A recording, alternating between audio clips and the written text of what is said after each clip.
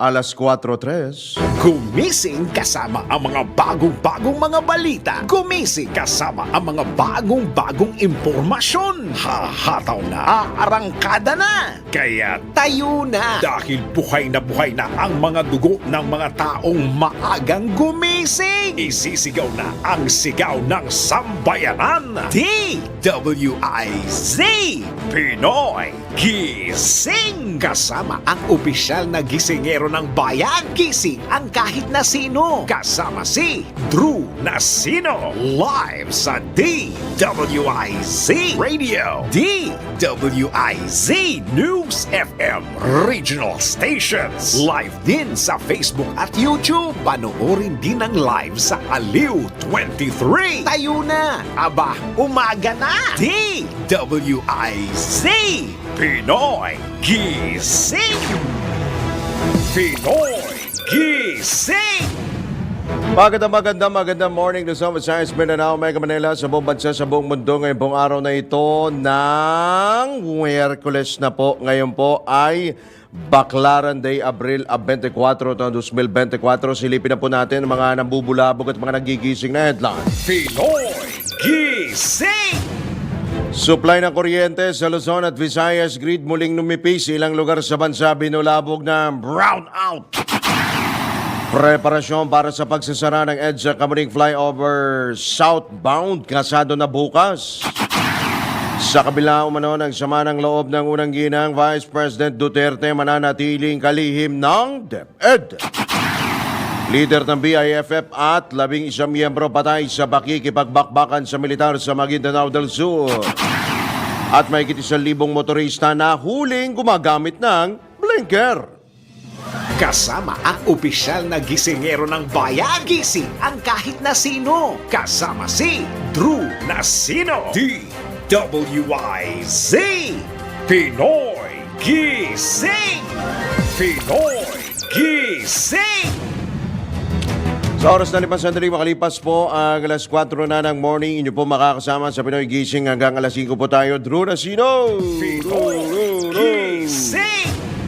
Ngayon nga pong Miyerkules, ngayon pong Baclaran Day, sa detalye po ng mga mainit na balita, as in mainit, literal na mainit dahil marami po ang nakaranas po ng brownout. Isinailalim ng National Grid Corporation of the Philippines sa red alert status ang Luzon Grid, habang yellow alert naman sa Visayas Grid kahapon. Ito'y matapos pumalya ang 38 planta ng kuryente o power plant at manipis na supply kumpara sa demand. Isinailalim ng NGCP ang Luzon Grid sa red alert simula alas 3 hanggang alas 4 ng hapon, habang alas 6 at alas 6 hanggang alas 10 ng gabi. Mahaba-haba po yan. Samantala, itinaas naman ng natura ng NGCP sa yellow alert ang Visayas Grid simula alauna ng hapon hanggang alas 8 ng gabi. Pinoy Gising. Speaking of power supply, binulabog naman ng brownout ang ilang bahagi ng Luzon Grid kahapon. Ito'y matapos ang pagpalya ng mga power plant at yung isang malaking transmission line kahapon. Kaugnay nito, aabot sa 200,000 customer ng Meralco ang nawala ng kuryente sa loob ng 20 minuto. Apektado nito ang mga consumer, talaga, ang mga customer sa Caloocan, Parañaque, Pasay, Makati, Pasig, Mandaluyong, Quezon City at ilang bahagi ng Pampanga, Bulacan, Laguna at Quezon Province. Pinoy Gising. Naniniwala naman si Leyte Governor at dating Energy Secretary Jericho Petilla na dapat Petilla ito. Oo, si Jericho Petilla na dapat nang magtayo ng sariling power plant ang gobyerno. Sa gitna na rin ito ng sunod-sunod na deklarasyon ng red at yellow alert status sa Luzon at Visayas grids dahil sa kakulangan ng reserbang kuryente bunsod ng paglakas ng konsumo. Ayon kay Governor Petilla, ngayon pa lamang ay dapat ng paghandaan ang pagsipa ng demand sa kuryente sa mga susunod na taon at isa sa nakikita niyang paraan ay ang pagtatayo ng gobyerno ng plantang aabot sa o merong 500 hanggang 1,000 megawatt capacity. Kaunti lamang anya ang na-activate na planta noong nakarang administrasyon, kaya't kung pagbabatayan ang electricity demand sa liderato ni Pangulong Ferdinand Marcos Jr. ay dapat nang ayusin ngayon pa lamang ang mga planta at hindi na maghintay pa sa plano ng bagong uupong presidente sa 2028 pa po yan. Pinoy Gising! Suspendido naman ang face-to-face classes sa mga pampubliko at pribadong paaralan sa Maynila ngayong araw. Ito ang inanunsyo ng Manila Public Information Office batay na rin sa direktiba ni Manila Mayor Honey Lacuna Pangan. Makarang lumabas sa forecast ng Manila Disaster Risk Reduction Management Office na aabot sa dangerous level of 43 degrees Celsius ang heat index sa lungsod ngayong araw. Kaugnay nito, suspendido rin ang physical classes sa mga pampublikong paaralan sa Caloocan at Quezon cities habang nakadepende naman sa mga school administrators ang suspension order sa private school sa Kangkalu. Dabatid na pansamantalang ipatutupad ang online learning para sa Caloocan at QC. Una nang ibinabala ng Pag-asa na sa sandaling umabot sa dangerous level of 42 degrees Celsius hanggang 51 degrees Celsius ang heat index ay maaari itong magdulot ng heat cramps, heat exhaustion at ang pinaka-masaklap po niyan ay heat stroke. Pinoy Gising! Bukod po sa atin, sa tayo pong mga tao ay naiinitan, what more pa yung mga alaga po nating hayop. Kagaya po ng mga aso. Nalapnos ang talampakan ng isang aso sa sobrang init ng panahon.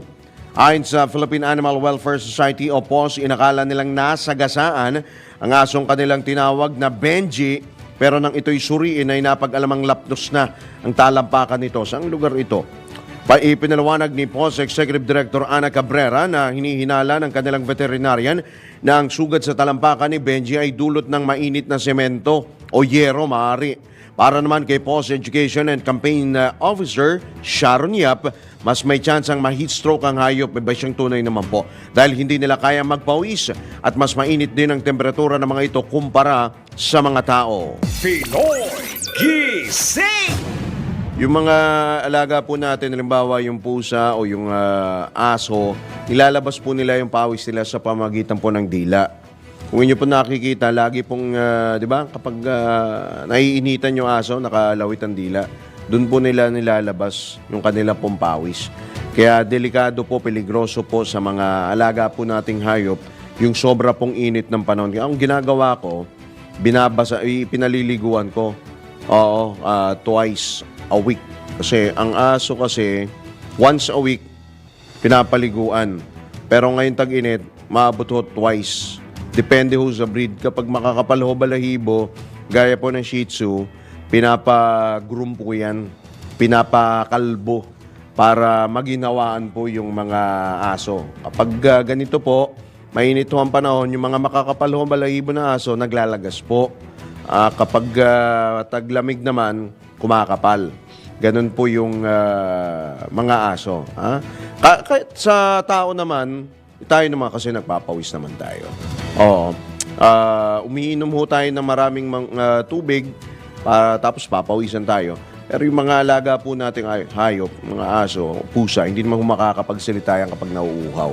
Kaya dapat po, lagi po nating lalagyan sila lagi ng tubig, lalo't kapag naiiwan po sila sa bahay, tayo po ay aalis, pasok po sa trabaho, saan tayo pupunta, dapat meron po silang laging tubig. Ang ginagawa ko sa alaga ko, lalagyan ko ng yelo, yung tubig. Oo, para maginawaan sila. Kasi kapag naiinitan yan, hindi mapakali yan. Na may epekto rin po yan. Kapag ganito mainit, talaga mataas po ang kaso po ng rabies. Pinoy Gising! Sa oras na 12 sandali makalipas na ika-4 na ng morning, sa iba pa rin detalye ng mga balita, asahan na ang pagbigat ng daloy ng trapiko sa EDSA simula sa Huwebes. Simula po bukas yan, Abril 25. Ito'y dahil sa pagsisimula ng Department of Public Works and Highways ng preparasyon para sa pagsasara ng southbound lane ng EDSA Kamaning Flyover sa Quezon City sa Mayo 1. Ayon kay Attorney Victor Maria Nunez, ang MMDA Traffic Enforcement Director. Nakikipag-ugnayan na sila sa mga ahensya para sa pagsasaayos ng tulay. Naglabas na rin anya ang ahensya ng mga alternatibong ruta na maaring daanan ng mga motorista.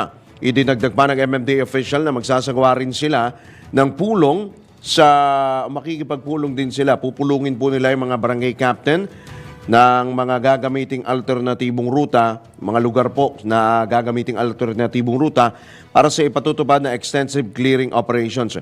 Una nang inanunsyo ng MMDA na 6 na buwang isasara ang southbound lane ng EDSA Kamuning Flyover para sa tinatawag po na retrofitting, pagpapatibay po sa tulay matapos makitaan ng ilang mga bitak. Pinoy Gising!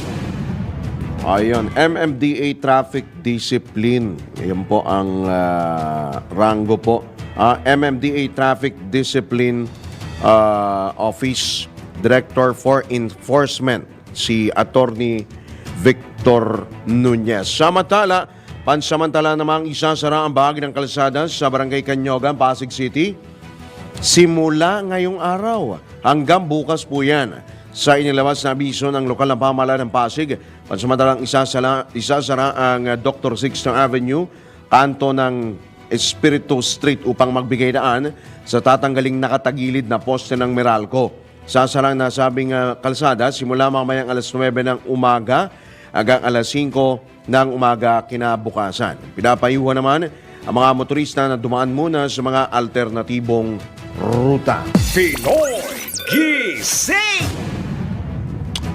Sa iba pang balita, walang nakikitang anumang dahilan si Pangulong Ferdinand Marcos Jr. upang palitan o sibakin sa kanyang gabinete si Vice President at Education Secretary Sara Duterte sa gitna ng bangayan sa pagitan ng unang ginang ni First Lady Liza Araneta Marcos. Binigyang din pa ng Pangulo na hindi tiwali si VP Inday kahit wala siyang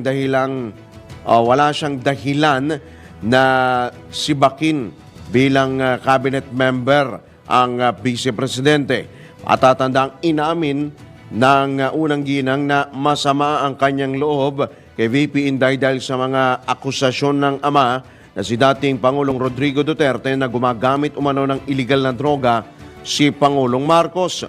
Gayunman, tanggap naman ni Vice President Duterte ang naramdamang sama ng loob at galit sa kanya ng unang ginang. Ayon kay VP Inday, wala namang kinalaman sa kanyang trabaho o mandato bilang isang opisyal ng gobyerno ang personal feelings ng unang ginang. Pinoy Gising! Pagkay pa rin yan, hindi umano sanay sa politika si First Lady Liza Araneta Marcos. Ito ang inamin naman ni Pangulong Ferdinand Marcos Jr. bilang depensa sa unang ginang matapos nitong maglabas ng sentimiento sa mga kritiko maging kay Vice President Sara Duterte. Ayon kay Pangulong Marcos, hindi manhid sa mga pangiinsulto ang First Lady dahil hindi ito galing sa pamilya ng mga politiko. Itinagdag pa ni PBBM na kailangan pang matuto ng unang ginang na pagpalagpas ng masasakit at maanghang na salita. Gayunman, natutuwa naman ang Pangulo at maswerte siya sa pagiging protective sa kanya ni Ginang Marcos. Binigyang din pa ni PBBM na hindi niya masisisi kung sumama ang loob ng unang ginang dahil sa mga hindi magagandang sinasabi laban sa kanila. Pinoy Gising! Samantala, tanggap po tayo ng ilang mga pag-ulat mula sa labas ng impilan. DWIZ Patrol Report! Update po doon sa mga nasunog na sasakyan dyan sa parking lot sa NAIA Terminal 3. 4 na may-ari pa lamang ng mga naabong sasakyan ang lumutang. Ang nag-claim po ng kanila pong mga sasakyan. Detalye buhat kay Patrol 45 Raul Esperas. Nananawagan ang Manila International Airport Authority sa mga may-ari ng 20 sasakyan na nasunog sa grass fire na naganap sa NAIA Terminal 3 Lunes ng hapon. Sangayon kay Airport General Manager Eric Ines, 4 pa lamang sa 20 nasunog na sasakyan ang lumapit sa MIAA at inignay na nila sa Philippine Skylander Incorporated o PSI, ang pribadong kumpanya na siyang nag-ooperate ng parking area sa NAIA Terminal 3 nang ito ay masunog. Sangayon kay GM Eric Ines, dapat anya ay makipag-ugnayan ang mga may-ari ng sasakyan sa kanilang tanggapan upang mabigyan ng assistance at mabayaran ng PSI ang mga nasirang mga sasakyan. Raul Esperas, Patrol 45, nagbabalita ng tama, nagniningkod ng tama sa impilang may todo lakas, DWIC. Samantala, PNP SAF nagsagawa ng sariling pagsasanay upang maipakita ang kahandaan sa Balikatan 2024. Ang detalye naman ihatid ni Patrol 17 Jopel Pileño. Binigyang diin ni PNP Chief Police General Romel Francisco Marbil na 100% na ang kahandaan ng PNP Special Action Force o PNP SAF para sa kanilang paglahok sa Balikatan Exercise 2024 na isang patunay aniya ng kanilang commitment na mapalakas ang pakikipagtulungan ng kanilang hanay sa pagsusulong ng kapayapaan at seguridad sa rehiyon. Ito ang inayag ng PNP Chief kasunod ng pakikisa ng pambansang pulisya sa mga ikakasang pagsasanay ng militar ng Pilipinas at Estados Unidos. Una nang inayag ni SAF Director Police Major General Bernard Banac na 156 na SAF troopers ang kasama sa BK 2024 upang maipakita ang kandaan sa Balikatan. Naglunsad ng sariling pagsasanay ang SAF ukol sa Rapid Deployment by Air, kabilang na ang Basic Airborne Course Class 57 2024 na personal na sinaksihan ng PNP Chief sa Fort Santo Domingo, Santa Rosa City, Laguna. Ito si Patrol 17 Jopel Pileño para sa impilang may todong lakas, DWIZ, nagbabalita ng tama, naglilingkod ng tama. Sa iba pang balita, OFW na nahulog sa sinkhole sa kalagitnaan ng pagbaha sa Dubai, nakalabas na ng ICU. Ang detalye nagbabalik si Patrol 45 Raul Esperas. Wala na sa intensive care unit ang Pilipino na nahulog sa sinkhole ng magkaroon ng malawakang baha sa Dubai. Sangayon sa Overseas Worker and Welfare Administration o OWA, ito'y matapos na mabisita ng representative ng OWA sa Dubai ang Pilipino at ito ay ligtas na sa kapahamakan. Ang Pilipino na kinalang si Cambalon ay nasa ligtas ng kalagayan at inaasistihan na ng Overseas Worker and Welfare Administration. Tiniyak din ng OWA na mayroon din silang ugnayan sa pamilya upang ma-check at ma-monitor ng OWA ang kalagayan o ang kondisyon ng nabanggit na OFW. Raul Esperas, Patrol 45, nagbabalita ng tama, nagdilingkod ng tama sa impilang may todo lakas, DWIC. Sa bababalita, 2 bombero sugatan sa sunog sa Parola Compound dyan sa Tondo, Maynila.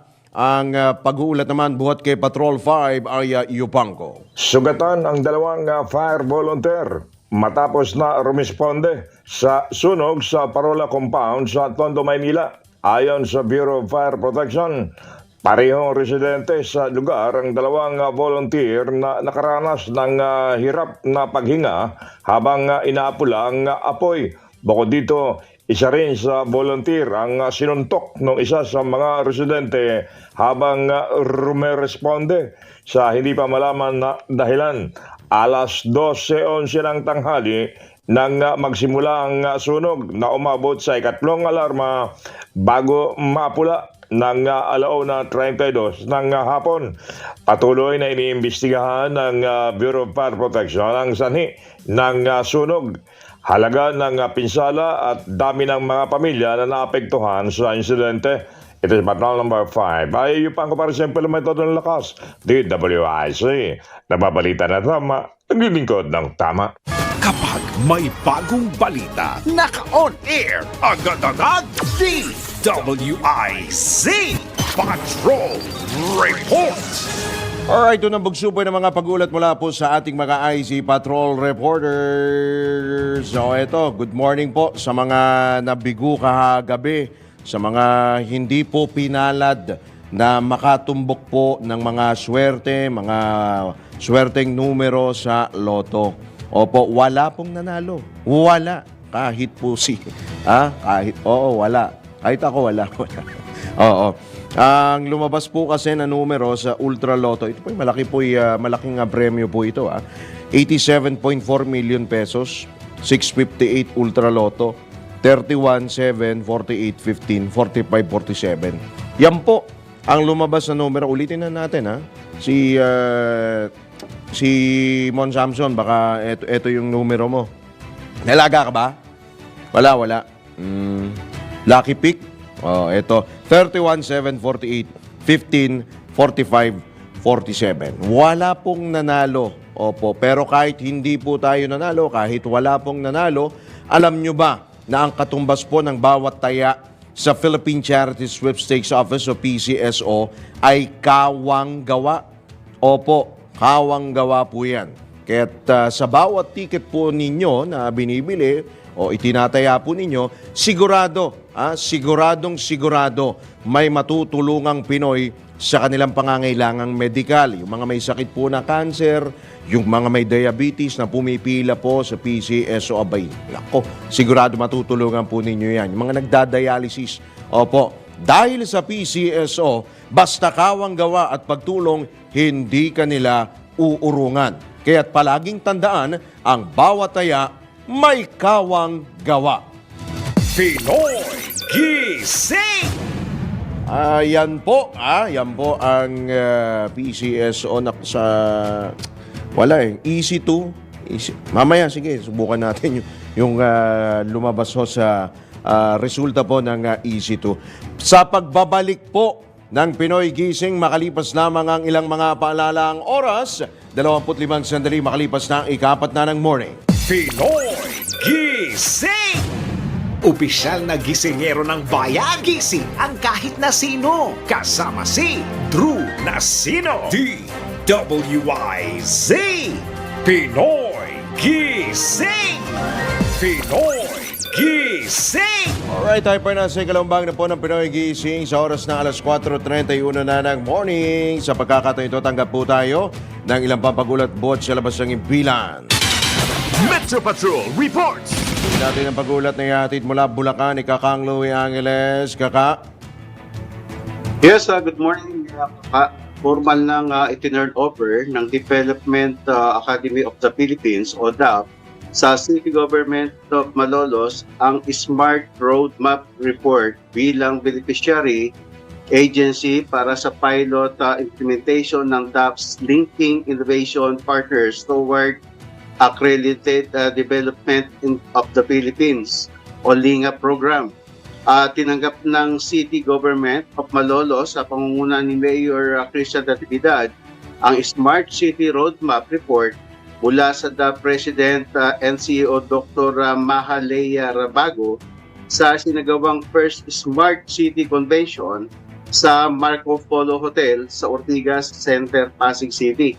Ang nasabing Smart City Convention ay dinaluhan ng mahigit 10 key representatives ng national government agencies, local government units at private sector organization na kung saan makakasama ng lungsod ng Malolos ang lungsod ng Santa Rosa, Laguna bilang kauna-unahang mga smart cities sa buong bansa.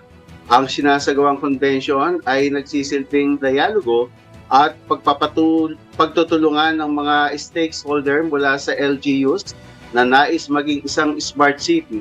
Isang Memorandum of Understanding ang nilagdaan sa pagitan ng 5 LGU kasama DAP DOST Region 3 at Bulacan State University na sumasalamin sa kanilang binahaging pananaw para sa kapanapanabi na pagsulong nito sa smart city development sa buong bansa.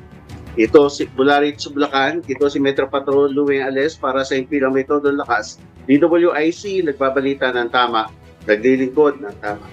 Pinoy Gising! Samantala, tanggap naman tayo ng police report buhat sa probinsya. Ronda Probinsya! Dalawang most wanted person natimbog sa Cagayan. Idetalye mo si Manong Ronald Idol Cabset Domingo. Dalawang most wanted person at dalawa pang pinaghanap ng batas ang nasukol ng Cagayan PNP sa ilalim ng pangasiwa ng Provincial Director Police Colonel Julio S. Gorospe Jr. Naresto ang tinaguriang top 7 most wanted person sa provincial level na si alias Dario, 22 years old, isang magsasaka residente sa Peña Blanca, Cagayan. Dinakip ito ng magkasanib na person ng PNP Peña Blanca, Regional Intelligence Unit 2, Provincial Intelligence Team ng Cagayan, 204th Maneuver Company ng Regional Mobile Force Battalion 2 at 2nd Mobile Force Platoon ng 1st Cagayan Provincial Mobile Force Company dahil sa kaso nitong panggagahasa na may 2 bilang at walang piyansang inukomenda ang korte para sa pansamantala nitong kalayaan.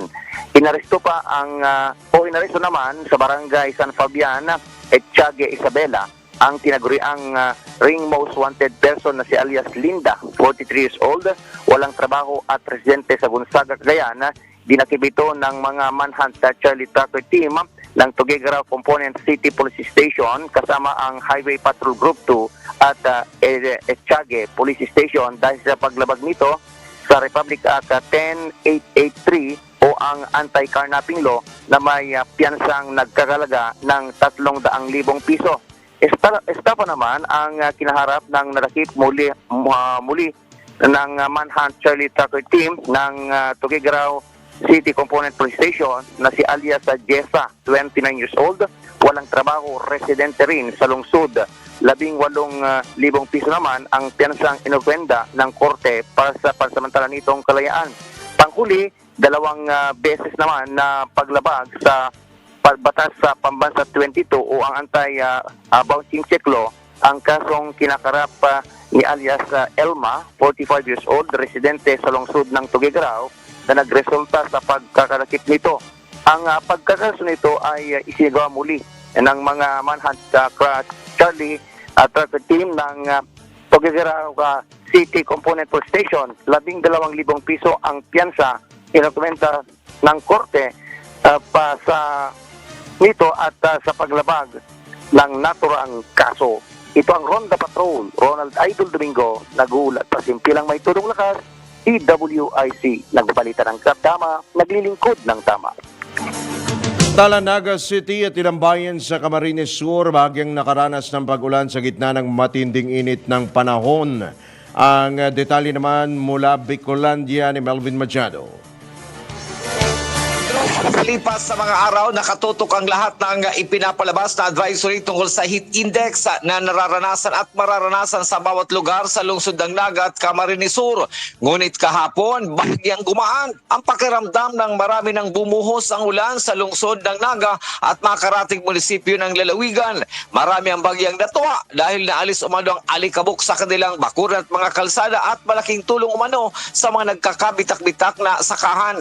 Ngunit pakalipas ang ilang sandali, muling sumikat ang haring araw kasabay ng malinsangang panahon at singaw ng sementong bahagyang napatakan ng tubig ulan. Ito ang Ronda Patrol, Melvin Machado para sa Himpilang May Todong Lakas, DWIZ. Nagbabalita ng tama, naglilingkod ng tama. Pinoy Gising! Pag ganyan ho, maalimuong ho yan, yung amoy. Diba? Pagkatapos ng matinding init, yung sikat ho ng araw, tapos biglang uulan, talagang aalingasaw po yung alimuong kapag ganyan po ang senaryo. Well, talagang buti pa sila inulan. Tayo kaya? Kahit tikatikman lang, mga ilang minuto lang. Mag-rain dance ka nga, Jen. Si Ate Iyas. Ay, wag na siya. Wag na si Ate Iyas. baka ma-injury. Alright? O eto kaya, kahit ho matindi po ang init ho ng panahon, talagang walang preno dahil tigil pasada, muling ikakasa ng grupong Piston. Ang pag-uulat naman buhat kay Patrol 30, Jelly Mendez. Muling magkakasa ng tigil pasada ang grupong pagkakaisa ng mga samahan ng Chopper at Operator Nationwide o Piston sa darating na 29 hanggang 30 ngayong buwan. Ayon sa Piston, aabot sa 250,000 na miyembro ng kanilang grupo ang makikiisa sa transport strike sa buong bansa. Sinabi ng grupo na kahit dumating pa ang deadline ng franchise consolidation sa April 30, ay kanila pa rin ipagpapatuloy ang pamasada sa kalsada. Umaasa din sila na magbababa ang Korte Suprema ng Temporary Restraining Order o TRO hinggil sa PUV modernization.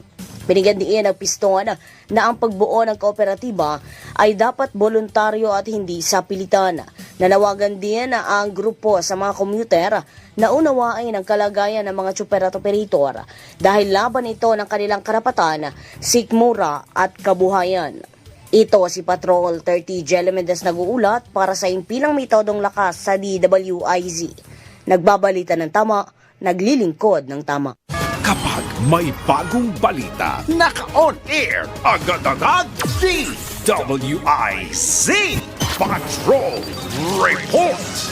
Sa iba pa ring balita, patay ang hinihinalang leader ng Bangsamoro Islamic Freedom Fighters o BIFF at 11 miyembro nito sa engkwentro.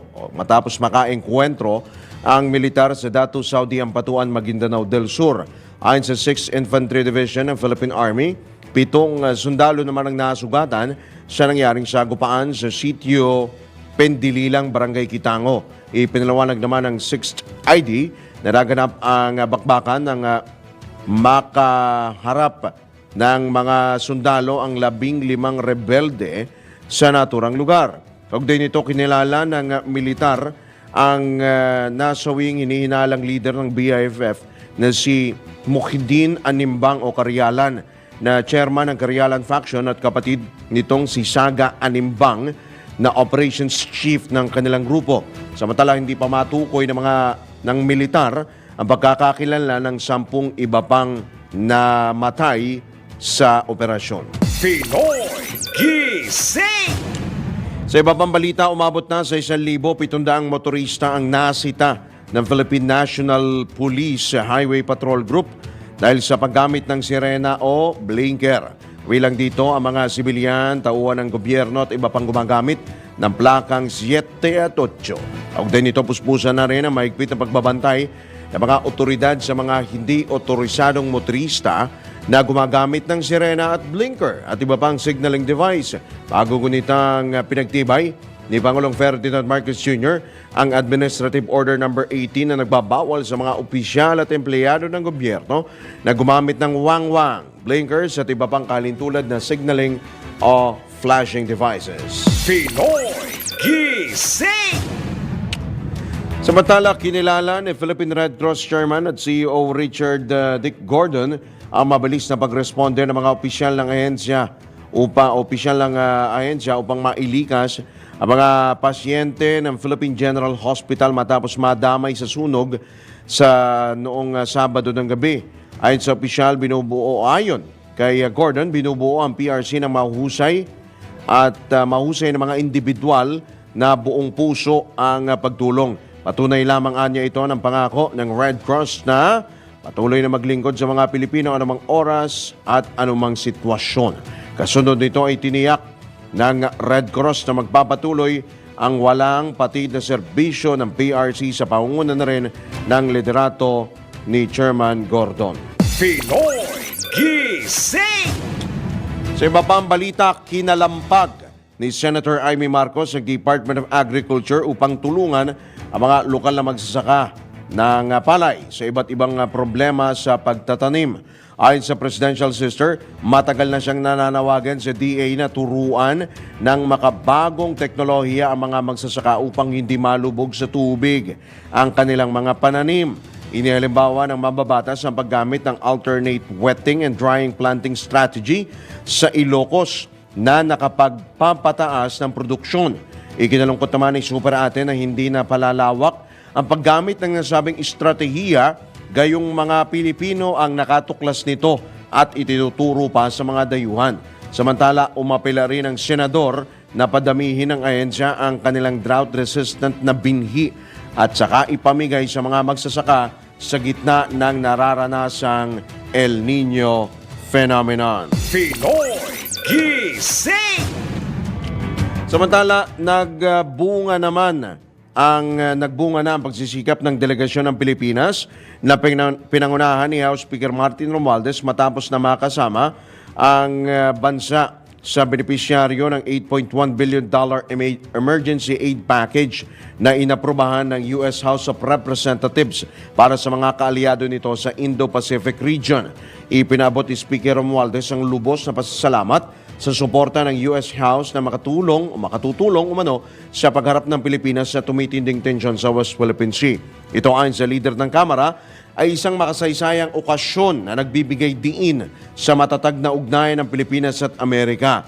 Sa botong 385-34, pinagtibay ng U.S. House ang $8.1 billion bill na naglalayong maglaan ng halos $4 billion security assistance sa Taiwan, Pilipinas at ilan pang mga kaalyadong bansa sa Indo-Pacific. Kasama rin dito ang $1.9 billion para madagdagan ang mga stock ng Estados Unidos upang matulungan ang mga kaalyado nitong bansa sa Asia. Pinoy Gising!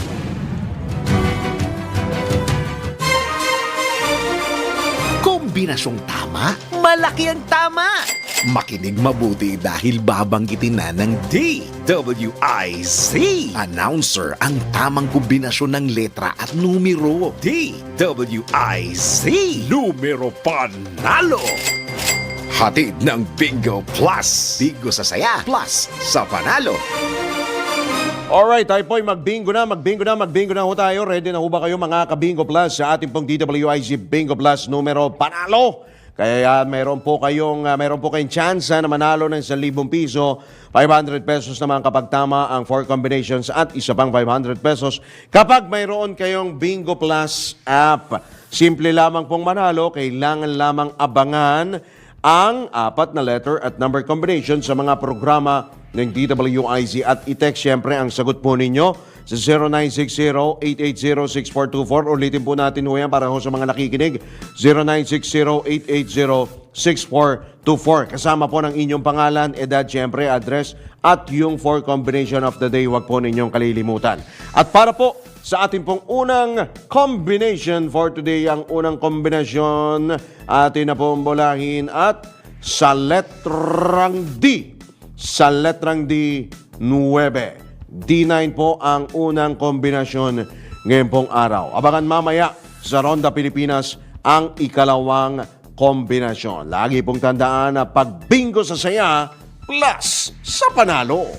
Kung nakaapat ka na, pwede mo nang isend sa text number na binigay ng DWIZ announcer o kaya i-PM na sa DWIZ Facebook. Kung hindi pa, wait pa ng ibang kombinasyon hanggang makumpleto ang 4 na numero panalo. Hatid ng Bingo Plus. Bingo sa saya, plus sa panalo. Alright, tayo po muli magbabalik makalipas lamang ilang makapaalala ang oras. 13 minuto bago sumapit ang ganap na alas 5. Pinoy Gising! Alright, tayo po nasa ulibag na po ng Pinoy Gising pang araw nito na Miyerkules. Iba pa rin mga balita naniniwala si Senador Chis Escudero na hindi dapat makaapekto sa ekonomiya, edukasyon, kultura at iba pa ang iringan ng Pilipinas at China sa teritoryo. Ito'y kasunod na rin ang pagpalag ng civic leader na si Teresita Angsi sa anyay racism o galit, pagkapuot sa isang lahi at xenophobia o pagkapuot sa mga Chinese na komento sa sinasabing pagdagsa ng mga Chinese students sa Cagayan. Ayon kay Senador Escudero, nauunawaan niya ang pinaghuhugutan ni Angsi sabay pagbibigay diin na mas dapat pagtuunan ng pansin ang mga bagay na pinagkakasunduan kaysa sa mga usaping pinagtatalunan. Itinagdag pa ng mambabatas na magandang may tutulong ng ekonomiya maganda ang may tutulong sa ekonomiya ng Pilipinas kung maraming dayuhang mahihikayat na mag-aral sa bansa. Sa halip na maraming mga guro ang nagpupunta o nangingibang bansa upang magtrabaho. Pinoy Gising! Samantala, tanggap tayo ng pag-uulat buhat sa probinsya. Ronda Probinsya! Mula Calabarzon ay hatid yan ni Arman Gambe. Formal na inilunsad kahapon ang idaraos na Sampaguita Festival sa lungsod ng San Pedro na magsisimula sa ika-1 hanggang ika-5 ng Mayo ng taong kasalukuyan. Sa ginanap ng press conference sa tanggapan ni Mayor Art Mercado ng San Pedro City, Laguna, ipinagmalaki nito na mas maraming event at kompetisyon ang masasaksihan ng mga Lagunenyo, partikular na ang mga local tourists na darayo sa lugar. Sinabi pa rin ni Mayor Art Mercado na muling uusbong ang produksyon at industriya ng Sampaguita sa lungsod sa tulong ng mga pribadong mamamayan na may mga bakanting lote sa kanilang kabahayan para i-report o magtanim ng Sampaguita at gawing uling Sampaguita capital ng buong bansa ang nasabing lungsod. Arman kami mula Calabarzon, nagulat para sa impirang may todong lakas, DWIZ, nagbabalita ng tama, naglilingkod ng tama. Pinoy Gising! Sa iba pang balita, inatasan na ng Manila International Airport Authority o MIA ang mga concessionaire na nagpapatakbo ng extension parking ng NAIA Terminal 3 na alisin na yung mga tuyong damo sa naturang lugar. Sunod ito ng pagkasunog ng aabot sa 20 sasakyan dahil sa tumitinding init ng panahon. Sa panayam ng DWIZ, inihayag ni MIA General Manager Eric Ines na matagal na nilang sinasabihan ang kumpanya na linisin o ayusin ang parking ng NAIA Terminal 3 lalo't dumarami o kumakapal na yung mga talahib. Yun nga po ang sinasabi ko noon. Noong una kasi yan, bago mag-summer o bago tag-init, di pa naman, sinabihan na namin sila noon na ayusin nila yung lugar nila, linisin nila. So, although nakat naman, kaya nga lang, hindi naman nawalis yung mga tao na drive doon. Naglilinis na sila. Nanawagan naman si Ines sa mga may-ari ng mga nasunog na sasakyan na makipag-ugnayan sa kanilang tanggapan upang mabigyan ng impormasyon ng Philippine Skylanders Incorporated na isang pribadong kumpanya na nagre-renta sa naturang lote. Ituturo lang ko namin yung opisina nila, malapit lang ko dito. Yung concessionaire at saka nandito sa akin yung telepono at saka pangalan, kaya wala namang problema. Yun naman sinabi ko sa kanila, nag-agree kami kapag may nagtanong, pwede ba namin ibigay? Pwede ibigay daw, sabi ko, kumayag naman sila. Yan po ang tinig ni MIA General Manager Eric Ines sa panayam ng DWIZ. Pinoy Gising! Alright mga katodos, wala na po tayong oras. Sumasapit na po tayo sa ating pong pansamantalang pagpapaalam ngayong araw po na ito ng Baklaran. Ngayon pong Wednesday, midweek. Ngayon pong Abril 24, taong 2024. Pwedeng itaya yan. 24. Yan. Pwede yan. Alright, sige. Tayo po ay nagpapasalamat din ho sa ating mga nakasama sa News Center. Pero bago tayo tuloy magpaalam, sa pumunang patama ko for the day po ang ating pong papasadahan. Kahit gaano karami ang gumagawa ng masasama dito sa mundo, mas marami pa rin ang mga taong may malasakit sa kapwa. So, makatwid, tayo po ay gumawa pa rin po ng mabuti, magmalasakit pa rin po tayo sa ating pong kapwa. Huwag po nating intindihin yung mga gumagawa ho ng masama basta tayo po ay gumagawa ng tama, basta tayo po ay nagbabalita ng tama, naglilingkod ng tama. Iyan po dapat ang ating pong gawin. Ituloy lang po ang paggawa ng tama sa anuman pong sitwasyon, may guluman o wala, gawin pa rin po ang tama. Parang programa ni Direk yun. Gawin ang tama. Alright, sige, maraming salamat po. Ito po muli ang inyong lingkod, Drew Nasino, nagbabalita ng tama. Naglilingkod ng tama, susunod na po makakasama po natin sa Arangkada Balita si Ms. Judith Estrada Larino.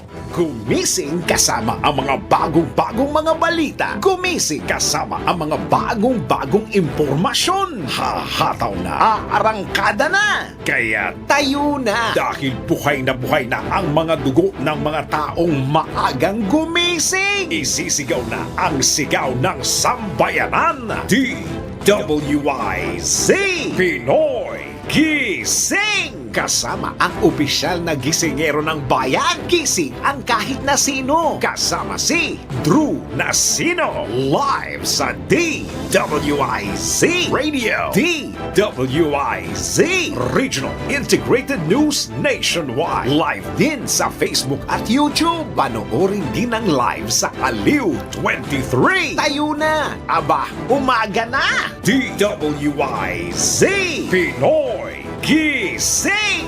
Araw-araw, gising! Monday to Friday, 4 a.m.